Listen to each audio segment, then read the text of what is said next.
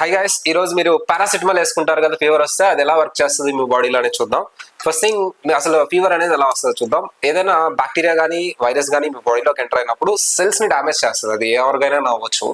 So cells damage చేసినప్పుడు ఈ cell ఒక యాసిడ్ ని రిలీజ్ చేస్తుంది, ఆర్చిడోనిక్ అనే యాసిడ్ ని రిలీజ్ చేస్తుంది. దానివల్ల ఏమవుతుందంటే మీకు పెయిన్ అనేది క్రియేట్ అవుతుంది ఆ సెల్ దగ్గర, ఆర్గన్ దగ్గర. ఈ పెయిన్ ని, ఆ యాసిడ్ ని న్యూట్రలైజ్ చేయడానికి హైపోథాలమస్ ఉంటుంది మన బ్రెయిన్ దగ్గర. ఈ హైపోథాలమస్ అనేది ఇంకొక ఎంజైమ్ రిలీజ్ చేస్తుంది. ఏంటి అంటే ప్రోస్టాగ్లాండిస్. ఈ ప్రోస్టాగ్లాండిస్ ఎంజైమ్ అనేది హీట్ ని క్రియేట్ చేస్తుంది బాడీలో. ఆ హీటే ఫీవర్. ఇప్పుడు ఏం చేయాలి? ఈ యాసిడ్ ని న్యూట్రలైజ్ చేయడానికి ఈ ప్రోస్టాగ్లాండిస్ రిలీజ్ అవుతుంది. అదే యాసిడే లేదు అంటే ప్రోస్టాగ్లాండిస్ రిలీజ్ కాదు కదా.